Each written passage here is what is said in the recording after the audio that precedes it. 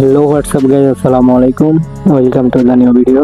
তো চলে আসলাম আজকে নতুন ব্লগ নিয়ে। আজকে আমি এবং আমার কাকু টিম মেম্বার আমরা নোয়াখালী B6 অফিসে যাব, মেইন হেড অফিসে। তো এটা হচ্ছে আপনার সোনাপুর থেকে উত্তর পাশে। আর এই তো সামনে দেখতেই পারতেছেন, এইখান থেকে সামনে মোড়ে B6 অফিস। তো আমরা এখানে কিছু পার্সোনাল কাজে যাচ্ছি অ্যান্ড কিছু একটা দুইটা শ্যুট নেব। আমরা যেখানে যাই সেটা শ্যুট নেব না, থাকি কখনো হয়। এইটাই হচ্ছে মেইন গেট, এটা হচ্ছে মেইন হেড অফিসারের গাড়ি।